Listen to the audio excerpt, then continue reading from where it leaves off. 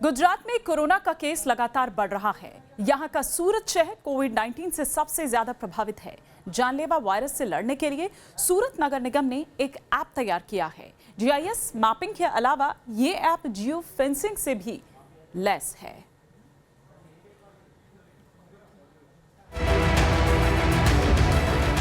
एक वायरस, 204 देश, 55,000 से ज्यादा मौत, 10 लाख से ज्यादा मामले। कोरोना पूरी दुनिया पर काल बनकर टूटा है। इस वायरस की मार से दुनिया का कोई भी मुल्क नहीं बचा है। हिंदुस्तान हो या फिर अमेरिका, हर देश कोरोना से जंग लड़ रहा है। मोदी सरकार ने देश में 21 दिन का लॉकडाउन करके कोरोना वायरस की चेन को तोड़ने की पहल की, लेकिन ये नाकाफी साबित हो रहा है। लिहाजा केंद्र के साथ साथ राज्य सरकारें भी कोरोना से लड़ने के लिए अलग अलग तरह की तकनीक का सहारा ले रही हैं। गुजरात सरकार ने कोरोना से लड़ने के लिए GIS यानी geo information system based app launch किया है। ये उन लोगों को मॉनिटर करता है जिन्हें संदिग्ध मानते हुए क्वारंटाइन में रहने की सलाह दी गई है। GIS मैपिंग के अलावा ये ऐप जियो फेंसिंग से भी लैस है। ये ऐप उन लोगों पर खासतौर पर निगरानी करेगा जिनको क्वारंटाइन किया गया है। उन सभी पर इस ऐप से निगरानी की जाएगी।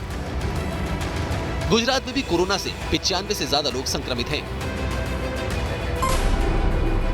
खासकर सूरत में एक लॉन्ड्री वाले की कोरोना टेस्ट रिपोर्ट पॉजिटिव आने के बाद शहर के 16,800 घरों के लगभग 54,000 लोगों को होम क्वारंटाइन कर दिया गया है। खबरों के मुताबिक पूरे इलाके के 12 अस्पताल, 23 मस्जिद, 22 मुख्य सड़कें और 82 सड़कों को सैनिटाइज किया गया है। इसके अलावा नगर निगम ने 16,785 घरों को भी सैनिटाइज किया है। ऐसे में सूरत नगर निगम भी चौकन्ना है और नगर निगम ने भी एक ऐप बनाया है जिसके जरिए वो पूरे सूरत में क्वारंटाइन किए गए लोगों की निगरानी कर रहा है। टेक्नोलॉजी के जरिए आप जो लोग घर में क्वारंटीन है उन पर नज़र रख सकते हैं। कैसे? दरअसल सूरत नगर निगम ने एक ट्रैकर ऐप बनाई है जिसका नाम है कोविड-19 ट्रैकर।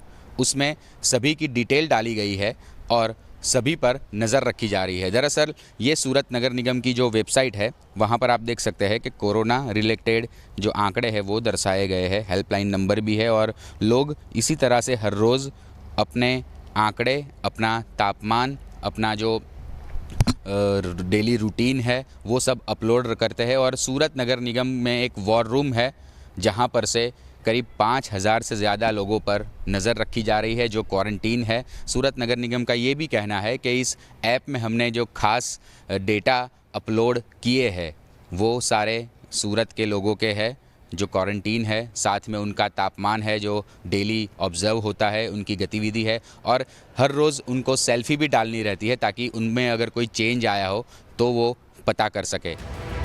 जाहिर है केवल लॉकडाउन ही काफी नहीं है। अब ऐसे लोगों पर नजर रखने के साथ साथ नकेल लगाने की भी जरूरत है जो सरकार की बातों की परवाह नहीं कर रहे हैं और लॉकडाउन को तोड़ने के साथ साथ क्वारंटाइन से भी खिलवाड़ कर रहे हैं जो कईयों की जिंदगी को खतरे में डाल सकता है। लिहाजा ये ऐप सरकार के इस कोरोना ऑपरेशन में मददगार साबित हो सकता है। इसी तरह से हर रोज़ अपने आंकड़े। अहमदाबाद से पूरा पटेल के साथ टीम न्यूज़ नेशन। महाराष्ट्र में कोरोना के संदिग्धों के फोन सर्विलांस पर रखे गए हैं तो चेन्नई में मोबाइल ऐप के जरिए संक्रमित लोगों को ट्रैक किया जा रहा है। मकसद साफ है कि किसी भी तरह कोरोना को बढ़ने से रोकना है।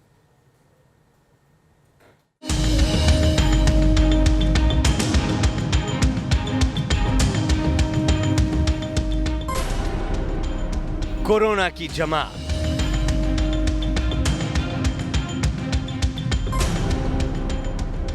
तबलीगी जमात से बढ़े 60% मामले। बीते 3 से 4 दिनों में हिंदुस्तान में कोरोना के मामले तेजी से बढ़े हैं और इसकी बड़ी वजह तबलीगी जमात को माना जा रहा है।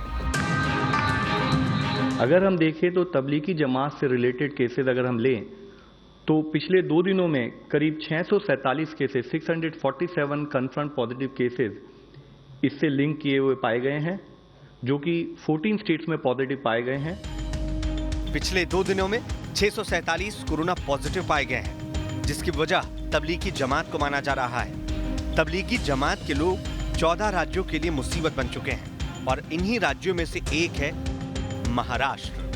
केंद्र सरकार ने महाराष्ट्र सरकार को 442 ऐसे लोगों की लिस्ट भेजी है जो 12 मार्च से 22 मार्च तक मरकज के आसपास थे। अब महाराष्ट्र पुलिस ऐसे लोगों की निगरानी में जुट चुकी है। इन सभी लोगों के फोन को सर्विलांस पर डालकर इन पर पैनी नजर रखी जा रही है, जिससे कोरोना के प्रकोप को रोका जा सके। इस समय मेरे हाथ में ये जो लिस्ट है, दरअसल ये लिस्ट महाराष्ट्र पुलिस को केंद्र की तरफ से आई है, मतलब केंद्र सरकार की एजेंसियों ने जारी की है। और इसमें तकरीबन 442 ऐसे लोगों के नाम हैं जो कि 12 तारीख से 22 तारीख के दरमियान मरकज के आसपास थे। और इसी वजह से शक इस बात का गहरा जाता है कि ये तमाम जो लोग हैं ये मरकज में शामिल हुए थे या फिर महज मरकज के आसपास होने से इनके नंबर इस लिस्ट में शामिल हो गए हैं, क्योंकि ये सारे नंबर जो हैं ये उन टावर से के लोकेशन से निकाले गए हैं जो कि मरकज के आसपास थे। और इसी वजह से ये बहुत ही बड़ी चुनौती मुंबई पुलिस के लिए हो गई है। हालांकि इन तमाम नंबर्स को 5 अलग अलग रीजन में बांट दिया गया है और इसके अलावा जो मुंबई मेट्रोपॉलिटन रीजन का हिस्सा होता है, मतलब मुंबई के आसपास के भी इलाके, मसलन थाने, नवी मुंबई, कल्याण, डोंबिवली और मीरा भाईंदर, इन तमाम जगहों की भी पुलिस कमिश्नरेट को जो है ये लिस्ट दे दी गई है ताकि वो इन लोगों का पता लगा सकें। इंडिविजुअली पुलिस जो है अब इनके घरों पर जाएगी और उनसे पता लगाने की कोशिश करेगी कि ये लोग मरकज में उस जमात में शामिल हुए थे या नहीं हुए थे।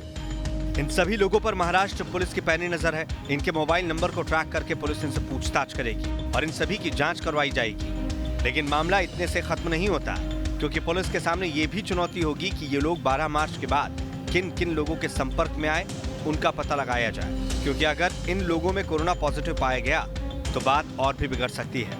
लिहाजा पुलिस एक्शन मोड में है।